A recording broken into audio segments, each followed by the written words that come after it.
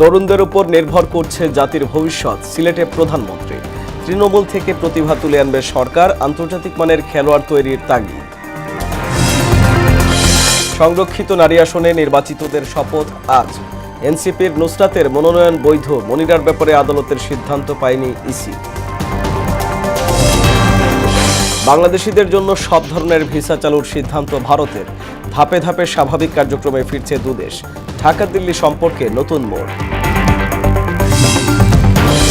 এবং হামের প্রাদুর্ভাব বেড়ে যাওয়ায় জনমনে উদ্বেগ।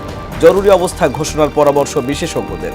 24 ঘন্টায় আরও 4 শিশুর মৃত্যু।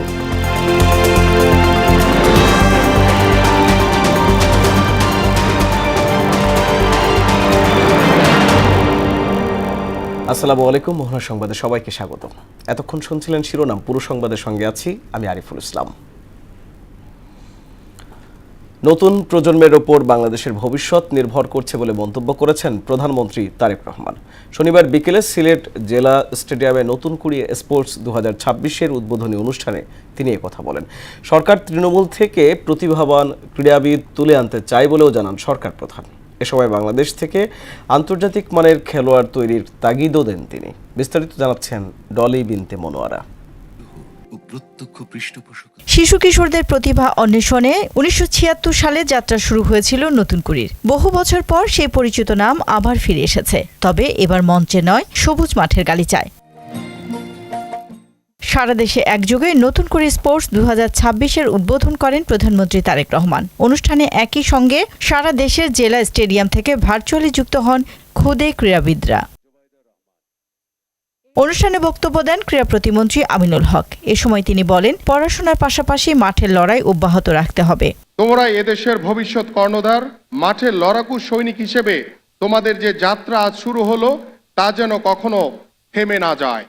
তোমাদের পরিশ্রম আর নিষ্ঠাই আমাদের বিশ্ব মঞ্চে নিয়ে যাবে। আমাদের সরকার সব সময় তোমাদের পাশে রয়েছে। অনুষ্ঠানে নতুন প্রজন্মের উপর আগামী বাংলাদেশের ভবিষ্যৎ নির্ভর করছে বলে মন্তব্য করেন সরকার প্রধান। তোমাদের ভিতর থেকে ভবিষ্যতে নেতৃত্ব তৈরি হবে। এই দেশকে তোমরা নেতৃত্ব দিবে, তোমরা সামনে এগিয়ে নিয়ে যেতে হবে তোমাদেরকে। তরুণ প্রজন্মকে খেলাধুলার মাধ্যমে বাংলাদেশের হয়ে সারা পৃথিবীতে প্রতিনিধিত্ব করার তাগিদও দেন প্রধানমন্ত্রী।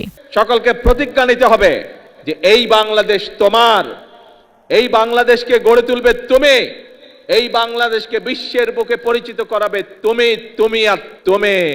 এর আগে দুপুরে সিলেটে বাঁশিয়া খাল খনন সহ একাধিক উন্নয়ন প্রকল্পের উদ্বোধন করে প্রধানমন্ত্রী বলেন, এর মাধ্যমে 80,000 কৃষক সরাসরি উপকার পাবেন। 7,000 মেট্রিক টন ফসলের উৎপাদন বাড়বে। খালটা কাটলে প্রায় 80,000 কৃষক প্রথমত সরাসরি উপকার হবে, আর এই 80,000-এর বাইরে আরো 1.5 লক্ষ কৃষক পরোক্ষভাবে উপকৃত হবে। 12 লাখ কৃষককে সুদসহ কৃষিঋণ মওকুফের উদ্যোগ তুলে ধরে প্রধানমন্ত্রী বলেন, তার সরকার কেবলমাত্র জনগণের কাছে জবাবদিহি করবে। সরকারের যে 10,000 টাকা পর্যন্ত কৃষি ঋণ ছিল 12 লক্ষ কৃষকের, এই 12 লক্ষ কৃষকের কৃষি ঋণটা আমরা সরকার থেকে মওকুফ করে দিয়েছি সুদ সহ। আমাদের একমাত্র জবাবদিহিতা হচ্ছে এই দেশের মানুষের কাছে, এই দেশের জনগণের কাছে। দেশে ইউরোপ, লন্ডনের মতো স্বাস্থ্যসেবা পৌঁছে দিতে সরকার কাজ করছে বলেও জানান প্রধানমন্ত্রী। আমরা দেশে 1 লক্ষ স্বাস্থ্যকর্মী নিয়োগ করার পরিকল্পনা গ্রহণ করেছি। এই মানুষগুলো এবং এই 1 লক্ষের মধ্যে 80% থাকবে নারী স্বাস্থ্যকর্মী। ডলি বিনতে মনোয়ারা, মোহনা সংবাদ। ঘরে ঘরে যাওয়া। দেশের মানুষকে বিভক্ত করতেই জুলাই সনদ নিয়ে 11 দলীয় জোট অপপ্রচার চালাচ্ছে বলে অভিযোগ করেছেন এলজিআরডি মন্ত্রী মির্জা ফখরুল ইসলাম আলমগীর। তিনি বলেন, এই সনদ নিয়ে রাজনৈতিক উদ্দেশ্যে মিথ্যাচার কখনোই ভালো ফল বয়ে আনবে না। শনিবার দুপুরে শেরেবাংলা কৃষি বিশ্ববিদ্যালয়ে আয়োজিত এক অনুষ্ঠানে এসব কথা বলেন মির্জা ফখরুল। অর্থনৈতিক মুক্তির জন্য জাতীয় ঐক্যের বিকল্প নেই উল্লেখ করে তিনি বলেন, দীর্ঘ 15 বছর পর দেশ গঠনের সুযোগ এসেছে, এজন্য মেধা, সততা ও পরিশ্রমের বিকল্প নেই। ভুল ধারণা দেওয়া হচ্ছে জনগণের মধ্যে, বিশেষ করে আপনাদের ওই সোশ্যাল মিডিয়ার মধ্যে, যে বিএনপি সংস্কার মানে না। বিএনপি তো সংস্কারের জনক। 1975 সালে শহীদ প্রেসিডেন্ট জিয়া রহমানই একদলীয় শাসন ব্যবস্থাকে বাদ দিয়ে বহুদলীয় গণতন্ত্র নিয়ে এসেছিলেন। জামাতের নেতৃত্বে 11 দল তারা এটার উপরে আন্দোলন করছে। উদ্দেশ্যটা কি? উদ্দেশ্য হচ্ছে আবার বাংলাদেশকে ডিস্টেবিলাইজ করা। মালিকপক্ষ নিজ স্বার্থ ব্যবহার করে গণমাধ্যমের ভূমিকা প্রশ্নবিদ্ধ করছে বলে মনে করেন তথ্যমন্ত্রী জহিরুদ্দিন স্বপন। দুপুরে বিশ্ব মুক্ত গণমাধ্যম দিবস উপলক্ষে নর্থ সাউথ বিশ্ববিদ্যালয়ের গণমাধ্যম ও সাংবাদিকতা বিভাগের গোলটেবিল আলোচনা সভায় একথা বলেন তথ্যমন্ত্রী জহিরুদ্দিন স্বপন।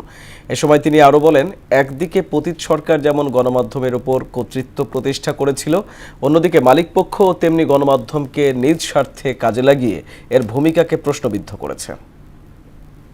সরকার যেমন কর্তৃত্ব প্রকাশ করতে চায়, এটা যেমন সত্য সঠিক করেছে এবং খুব জঘন্যভাবে করেছে, এট দ্য সেম টাইম এটাও কিন্তু সত্য যে এই গণমাধ্যমের শিল্পের মালিক পক্ষ গণমাধ্যমের ক্ষমতাকে তার অন্য ব্যবসার কাজে লাগিয়েছেন এবং সেখানে সম্পূর্ণ একটা নতুন এজেন্ডা কাজ করেছে। গণমাধ্যম সম্পর্কে যে একটা সর্বসম্মত শ্রদ্ধাভাজন জনমত, সেটাকে কিন্তু তিনিও ব্যবহার করার চেষ্টা করেছেন। জাতীয় সংসদের সংরক্ষিত নারী আসনের নবনির্বাচিত সংসদ সদস্যদের শপথ আজ রাত 9টায় জাতীয় সংসদ ভবনে অনুষ্ঠিত হবে বলে জানিয়েছে সংসদ সচিবালয়। স্পিকার হাফিজউদ্দিন আহমেদ সদস্যদের শপথ বাক্য পাঠ করাবেন। এ অনুষ্ঠানে সংসদ সচিবালয়ের ঊর্ধ্বতন কর্মকর্তারা উপস্থিত থাকবেন বলে আশা করা যাচ্ছে। এর আগে সংশ্লিষ্ট আসনের নির্বাচনের ফলাফল গেজেট আকারে প্রকাশ করা হয়। ত্রয়োদশ জাতীয় সংসদে সংরক্ষিত নারী আসনে জাতীয় নাগরিক পার্টি এনসিপির নেত্রী নুসরাত তাবাসসুমের মনোনয়ন বৈধ বলে গ্রহণ করেছেন রিটার্নিং কর্মকর্তা। নির্বাচন কমিশনের সিদ্ধান্ত অনুযায়ী পরবর্তী কার্যক্রম সম্পন্ন হবে বলে জানানো হয় রিটার্নিং কার্যালয়ের পক্ষ থেকে। এদিকে এনসিপির অপর প্রার্থী মনিরা শারমিনের বিষয়ে এখনও আদালতের সিদ্ধান্ত পায়নি কমিশন। এখনো পর্যন্ত যেহেতু বেশ কিছু কাজ বাকি, গ্যাজেট হয়নি এবং গেজেট প্রকাশিত হলে তারপর শপথের বিষয়টা আসবে। সব ডকুমেন্ট চেক করে দেখেছি এবং এটিকে বৈধ হিসেবে আমরা গ্রহণ করেছি। এখন এটা আমরা মাননীয় কমিশনে উপস্থাপন করব। নির্বাচনে বিএনপি ছাড়া অন্য কোনো দল সরকার গঠন করলে দেশে গৃহযুদ্ধের পরিস্থিতি তৈরি হতো বলে মন্তব্য করেছেন প্রবাসী কল্যাণ ও বৈদেশিক কর্মসংস্থান প্রতিমন্ত্রী নুরুল হক নূর।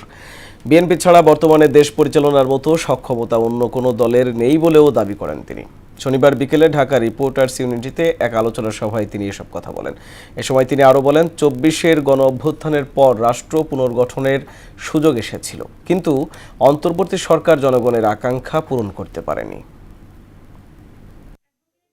26-এ যে নির্বাচন হলো, এই নির্বাচনে যদি বিএনপি ছাড়া অন্য কারো হাতে ক্ষমতা যেত, বাংলাদেশে গৃহযুদ্ধ শুরু হতো, বাংলাদেশ স্বাধীনতা সার্বভৌমত্ব হুমকির মধ্যে পড়তো। নন্দিত ডক্টর ইউনূস দায়িত্ব নিয়েছেন, গোটা দেশের মানুষ তাকে সমর্থন দিয়েছিল, আর শেষে কি গাল্লিটা করছে আর কি মানুষের প্রতিক্রিয়া দেখেছেন তো। নন্দিত থেকে দায়িত্ব নিয়ে দায়িত্ব পালনে নিন্দিত হয়ে বিদায় নিলেন। আজ শুরু হচ্ছে জেলা প্রশাসক সম্মেলন। এ উপলক্ষে সচিবালয়ের সংবাদ সম্মেলনে মন্ত্রিপরিষদ সচিব নাসিমুল গনি জানান, এবারের সম্মেলনে কৃচ্ছ সাধনের উপর গুরুত্ব দেওয়া হয়েছে। বর্তমান রাষ্ট্রীয় বাস্তবতায় অপরিহার্য নয় এমন সব খাতের ব্যয় কমিয়ে সাশ্রয় করা হচ্ছে। সম্মেলনের এজেন্ডা প্রসঙ্গে সচিব জানান, মাঠ পর্যায় থেকে অনেক প্রস্তাব এলেও সরকারের অগ্রাধিকার এবং নীতি নির্ধারণী কর্তৃপক্ষের মতামতের ভিত্তিতে সেগুলো যাচাই বাছাই করা হয়। জনগণের কাছে বর্তমান যারা সরকার আছেন তাদের জবাবদিহির একটা প্রসঙ্গ আসছে। তারা গত ইশতেহারে কিছু প্রমিস করে এসেছিলেন যে এগুলো আমরা করব। তাদের সাথে ইন্টারাকশন করা, যে কি কি কাজ করতে চাচ্ছি আমরা, কেন করতে চাচ্ছি, সমগ্র প্রশাসন যন্ত্রের উপরে একটা বিস্তৃত ব্যাখ্যা এবং যাতে বোঝাপড়ার কোনো গ্যাপ না থাকে, সেই জন্য এই সম্মেলনটা এবার কিছুটা বাড়ানো হয়েছে। জীবনযাত্রার ব্যয় বৃদ্ধিতে শুধু জ্বালানি সংকট নয়, ডলারের দাম ও বৈশ্বিক রাজনীতিও দায়ী বলে মন্তব্য করেছেন সিপিডির নির্বাহী পরিচালক ডক্টর ফাহমিদা খাতুন। শনিবার সকালে এফডিসিতে ছায়া সংসদ বিতর্ক প্রতিযোগিতায় একথা বলেন তিনি। জ্বালানি সংকটকে কাজে লাগিয়ে মুনাফা লোভীদের অপতৎপরতা রুখতে সুশাসন নিশ্চিতের বিকল্প নেই বলেও মন্তব্য করেন ফাহমিদা খাতুন। আমরা এমন একটা সময়ে বসবাস করছি যে শুধু বাংলাদেশ না, বিশ্বের প্রায় সব দেশেই এখন মূল্যস্ফীতি কিংবা খাদ্যদ্রব্যের দাম বৃদ্ধি, জ্বালানি সংকট, এটাই হচ্ছে এখন বৈশ্বিক বাস্তবতা। সুশাসন, বাজার ব্যবস্থাপনা, মজুতদারি নিয়ন্ত্রণ এবং দুর্নীতি, এগুলোর উপরে নিয়ন্ত্রণ করতে হবে। দাম বাড়লেও স্বাভাবিক হয়নি সয়াবিন তেলের বাজার। অতিরিক্ত দামের পাশাপাশি সরবরাহ ঘাটতিতে দিশেহারা ক্রেতা। এই অবস্থার জন্য ডিলারদের সিন্ডিকেটকে দুষছেন ভোজ্য তেলের খুচরা ব্যবসায়ীরা। কৃষি গবেষকরা বলেন, আমদানি নির্ভর এই পণ্যটি গুটি কয়েক ব্যবসায়ী প্রতিষ্ঠান নিয়ন্ত্রণ করায় সংকট কাটছে না। তাই দেশীয় তেল বীজের উৎপাদন বাড়িয়ে সরিষা, সূর্যমুখী ও পেরিলা তেল বাজারজাতকরণের তাগিদ দেন তারা। তরিকুল ইসলাম খোকনের ক্যামেরায় উষা ফেরদৌসের রিপোর্ট। দেশে ভোজ্য তেলের বার্ষিক চাহিদা প্রায় 24 লাখ টন, যার 90% আমদানি নির্ভর। বাণিজ্য মন্ত্রণালয় বলছে, গেল বছরের একই সময়ে যেখানে আমদানির পরিমাণ ছিল 4,48,000 টন, সেখানে চলতি বছর তা নেমে এসেছে 2,61,000 টনে। অর্থাৎ এক বছরের ব্যবধানে আমদানি প্রায় অর্ধেকে নেমে এসেছে। তবে আমদানি কমে যাওয়ার এই তথ্যের সঙ্গে একমত নয় খুচরা ব্যবসায়ীরা। তারা সিন্ডিকেটের কারসাজিকেই দুষছেন। মেঘনা সিটি এরা 3-4টা লোকে তেলটা নিয়ন্ত্রণ করে। এই এরা নিয়ন্ত্রণ করার এগো কথাই এখন শুনতে হয়, এরা এখন যা কয় তাই শুনতে হয়। এই সংকটটা তৈরি করা হয় তাদের থেকে। তারা চায় যে দামটা বাড়ুক, বাজারে সংকট, কৃত্রিম সংকট হোক, এই জন্য তারা চায় যে দামটা বাড়ুক। ক্রেতারা বলছেন, গেল রমজান ঈদের আগ থেকেই বাজারে সয়াবিন তেলের সরবরাহের ঘাটতি ছিল। সামনে কোরবানির ঈদ, কিন্তু এখনো কাটেনি সংকট। কোথাও কোনো সামঞ্জস্য নাই। এটা তো তাদের রেসপন্সিবিলিটি। আমি যদি পাইকারি মূল্যে দাম বাড়াই, তাহলে খুচরাতে কত হবে সেটা তারা অ্যাডজাস্ট করবে না, এবং সেইভাবে তো ক্রেতা কিনবে। এই দায়িত্ব সেগুলো নাই, দায়িত্ব একটাই বাড়িয়ে দেওয়া, এরপরে ফলো আপ নাই আর কিছু। এই মন্ত্রণালয় যখন আলাদা না হবে, সিন্ডিকেট না ভাঙতে পারবে, ততক্ষণ পর্যন্ত আসলে কোনো কিছুতেই আমরা এই বাজার স্থিতিশীল থাকবে না। দেশে সয়াবিনের বিকল্প হতে পারে সরিষা। শুধু চরাঞ্চলেই নয়, পুরো জেলায় সরিষার আবাদ বেড়েছে। আর ভোজ্য তেলের চাহিদা পূরণে অনেক সম্ভাবনা সূর্যমুখী। খরচ কম হওয়ায় সূর্যমুখী চাষে কৃষকদের আগ্রহ বেড়েছে। পেরিলা বাংলাদেশে অভিযোজিত একটি নতুন ভোজ্য তেল ফসল। এ ফসলেরও রয়েছে অপার সম্ভাবনা। সয়াবিন তেলের আমদানি নির্ভরতা কমাতে তেল ফসল আবাদ বাড়ানোর পক্ষে মত দেন কৃষিবিদরা। সরিষা, তিল, তিসি, সূর্যমুখী এবং পেরিলা তেল। পেরিলা তেলের খুবই সুবিধা হলো, যেই সময়ে বৃষ্টির কারণে অন্য ফসল উৎপাদন হয় না, সেই সময়ে পেরিলা তেল উৎপাদন করা যায়। তাহলে দেখা যায় বাংলাদেশের যে পরিমাণে ইম্পোর্ট করতে হচ্ছে সয়াবিন, সেটা পুরোটাই কিন্তু আমরা উৎপাদন করতে পারি, শুধু প্ল্যান করে সরকার যদি উদ্যোগ নেয়। সয়াবিন পুরোপুরি আমদানি নির্ভর হয় গুটি কয়েক ব্যবসায়ী সিন্ডিকেট এটি নিয়ন্ত্রণের সুযোগ পায় বলেই মনে করেন এই গবেষক। আমরা সিন্ডিকেট কিন্তু ভাঙতে পারছি না, এটি হচ্ছে সমস্যা। এই সিন্ডিকেট যদি ভাঙতে হয়, আমাদের দেশীয় তেল বাড়াতে হবে। উষা ফেরদৌস, মোহনা সংবাদ, ঢাকা। দেশ জুড়ে হামে আরও 4 শিশুর মৃত্যু হয়েছে। পাশাপাশি এই সময়ে আরও 1096 জনের শরীরে হাম ও এর উপসর্গ পাওয়া গেছে। শনিবার স্বাস্থ্য অধিদপ্তরের হাম সংক্রান্ত নিয়মিত প্রতিবেদন থেকে এ তথ্য জানা গেছে। স্বাস্থ্য অধিদপ্তর জানায়, গেল একদিনে হামের উপসর্গ নিয়ে ঢাকাতেই 4 জনের মৃত্যু হয়েছে। তাদের নিয়ে গত 15 মার্চ থেকে শনিবার পর্যন্ত হামের উপসর্গে মোট 235 জনের মৃত্যু হয়েছে। পাশাপাশি এই সময়ে সারা দেশে হামে আক্রান্ত হয়ে আরও 49 শিশুর মৃত্যু হয়েছে। শিশুর মুখে হাসি মানেই এক টুকরো নিরাপদ পৃথিবী, কিন্তু সেই পৃথিবীতেই নীরবে ছড়িয়ে পড়ছে পুরনো আতঙ্ক, হাম। একসময় প্রায় নিয়ন্ত্রণে চলে আসা এই রোগ আবারও মাথাচাড়া দেয়ায় জনমনে উদ্বেগ বাড়ছে। রোগটিতে চলতি বছরে মৃতের সংখ্যা গত 2 দশকের মধ্যে সর্বোচ্চ। জনস্বাস্থ্য বিশেষজ্ঞরা বলছেন, দেশে হামে মৃত্যুহার ছিল 10 লাখে 1 জন, এখন তা বেড়ে দাঁড়িয়েছে 16.8%। শামীউজ্জামান চৌধুরীর রিপোর্ট। টঙ্গী থেকে আসা 1 বছরের আনহার হঠাৎ জ্বর, শরীর জুড়ে লালচে দানা, চোখ লাল আর কাশির মতো উপসর্গ নিয়ে গত 1 সপ্তাহ থেকে ভর্তি রাজধানীর ডিএনসিসি হাসপাতালে। উদ্বেগ উৎকণ্ঠায় দিন পার করছেন মা সাথী বেগম। 5-6 দিন বড় ওষুধ খাওয়াইছি, কিন্তু ওষুধে কোনো কাম হয় নাই। তারপর আবার ডাক্তারের কাছে গেলাম, 4টা পরীক্ষা দিয়েছে। পরে ওগুলো ডাক্তার দেখালাম, পরে বললো যে হাম রোগ হয়েছে, আমরা এই জায়গায় পাঠাইতে। কাশিটা আর জ্বরটা একদমই ছাড়তেছে না। এখন আবার শ্বাসকষ্ট বাইরে যাইতেছে। এমন গল্প এখন আর বিচ্ছিন্ন ঘটনা নয়। শহর থেকে গ্রাম অসংখ্য পরিবার এই দুঃসহ অভিজ্ঞতার মধ্য দিয়ে যাচ্ছে। সামান্য জ্বর আর শরীরে লাল দানা দিয়ে শুরু হলেও সময় মতো চিকিৎসা না পেলে মারাত্মক রূপ নিচ্ছে হাম। বিশেষ করে অপুষ্টিতে ভোগা শিশুদের ক্ষেত্রে এই ঝুঁকি আরও বেশি। 5-6 দিন ধরে জ্বর ছিল, তারপর ঠান্ডা কাশি ছিল, পরে আস্তে আস্তে দেখি পায়খানা করে, কিছু খাওয়ালে বমি করে। জ্বর 104-3 এরকম জ্বর থাকে। পরে নিয়ে গেছিলাম মেডিকেল, ফরিদপুরে ঢাকা রেফার করছে। 4 দিনের মাথায় ওষুধ খাওয়ানো হয়েছে, খাওয়ানোর পরে তারপর দিনে র্যাশ হয়ে পুরো শরীর ভরে গেছে। গত 1.5 মাসে নিশ্চিত হামে 49 শিশুর মৃত্যু হয়েছে। একই সময়ে হাম সন্দেহে মারা গেছেন আরও 231 জন। আর সুস্থ হয়ে হাসপাতাল থেকে ছাড়পত্র পেয়েছে প্রায় 23,000 শিশু। রাজধানীর সংক্রামক ব্যাধি হাসপাতাল, বাংলাদেশ শিশু হাসপাতাল ও ডিএনসিসি হাসপাতালে মারা যাওয়া 66 শিশুর তথ্য বিশ্লেষণ করে দেখা গেছে প্রতি 3 জনে 1 জনের মৃত্যু হয়েছে হাসপাতালে ভর্তির 24 ঘন্টার মধ্যে।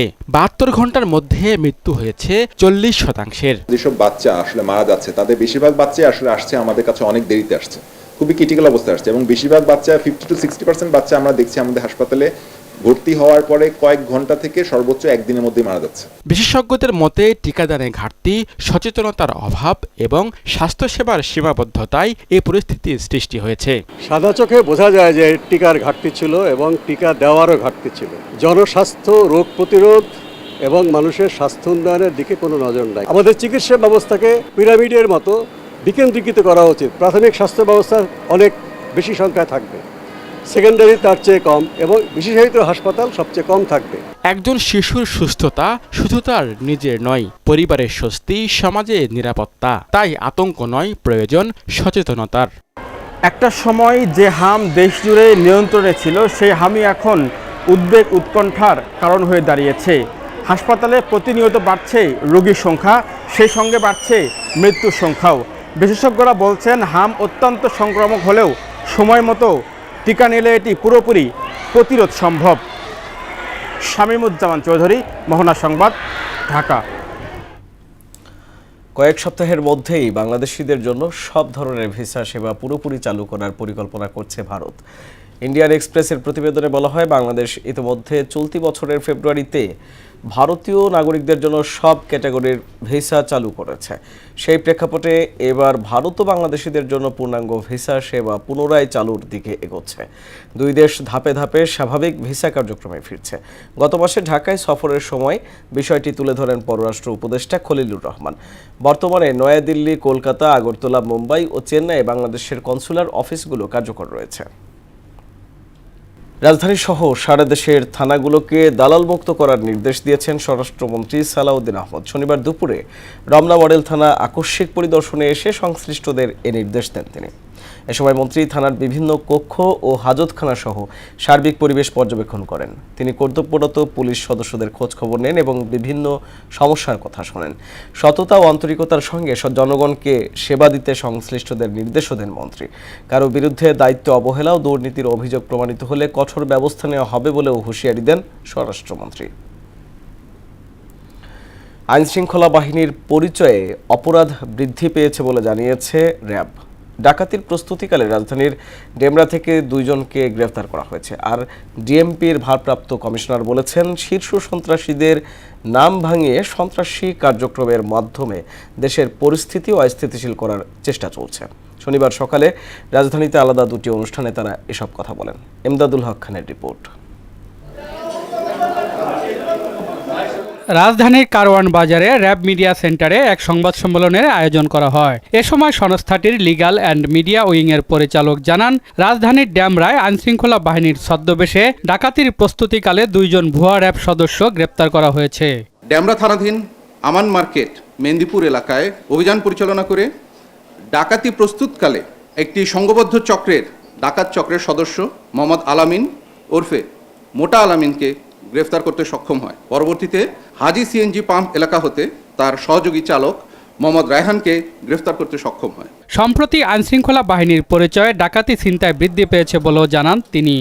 ডাকাতি, ছিনতাই এবং আরও বিভিন্ন ধরনের অপরাধ কর্মকাণ্ড সংগঠিত হচ্ছে এবং দেশের বিভিন্ন প্রান্তে এই প্রবণতা ক্রমেই বেড়ে চলেছে।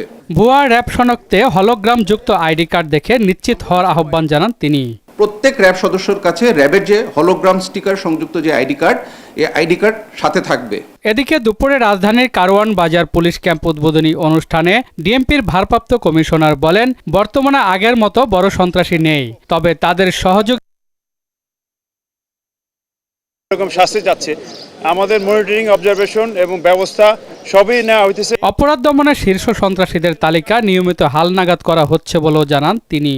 আমাদের তালিকা হালনাগাদ সবসময় হচ্ছে, যারা আছে তাদের নাম ভাঙ্গে চলতেছে অথবা তারা মাথাচাড়া দিয়ে ওঠার চেষ্টা করতেছে, তার আগেই আমরা তাদেরকে দমন করব। কারওয়ান বাজার এলাকায় অপরাধীদের গ্রেপ্তার এবং অপরাধ সহনীয় মাত্রায় নামিয়ে আনতে নতুন ক্যাম্প চালু করা হয়েছে বলেও জানান ডিএমপির এই শীর্ষ কর্মকর্তা। চাঁদাবাজি, মাদক সেবী এগুলা বন্ধে সার্বক্ষণিকভাবে এই ক্যাম্পে 20-এর উপরে অফিসার ফোর্স আছে, তারা তৎপরতা দেখাবে। এমদাদুল হক খান, মোহনা সংবাদ, ঢাকা। ভারী বৃষ্টি আর শ্রমিক সংকটে ধান কাটা নিয়ে বিপাকে হবিগঞ্জ ও সুনামগঞ্জের কৃষক।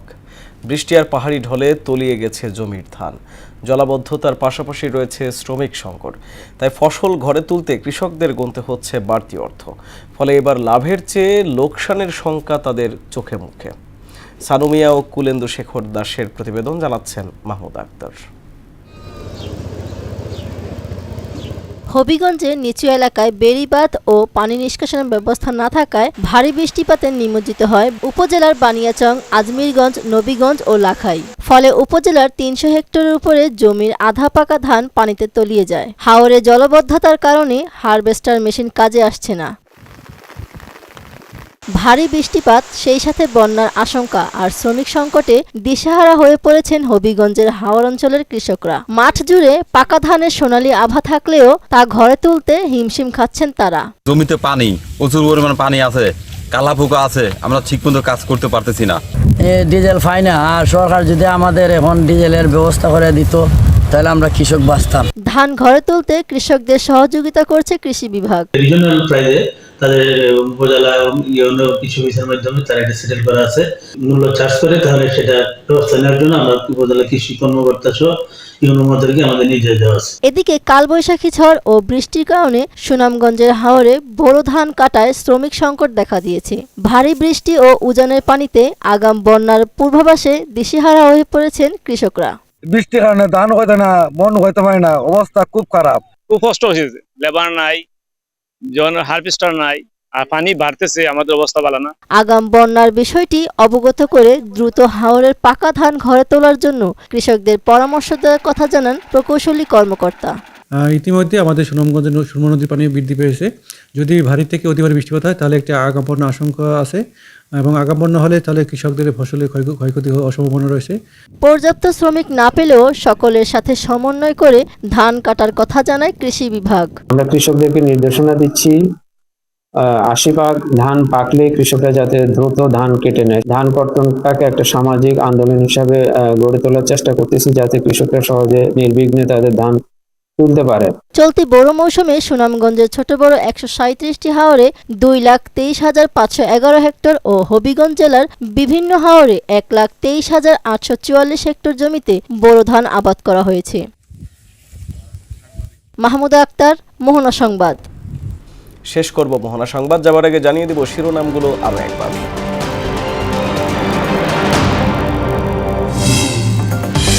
তরুণদের উপর নির্ভর করছে জাতির ভবিষ্যৎ, সিলেটে প্রধানমন্ত্রী।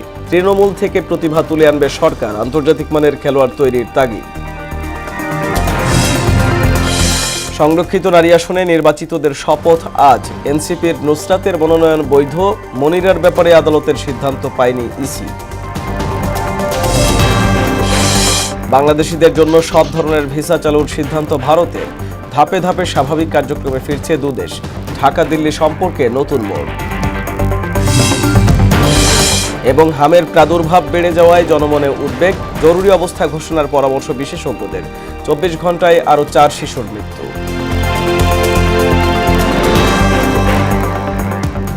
এই ছিল মোহনা সংবাদে। মোহনার সবশেষ খবর জানতে ভিজিট করুন www.mohana.tv। সংবাদ দেখতে পারেন ফেসবুক, ইউটিউবেও। এতক্ষণ সঙ্গে থাকার জন্য ধন্যবাদ সবাইকে।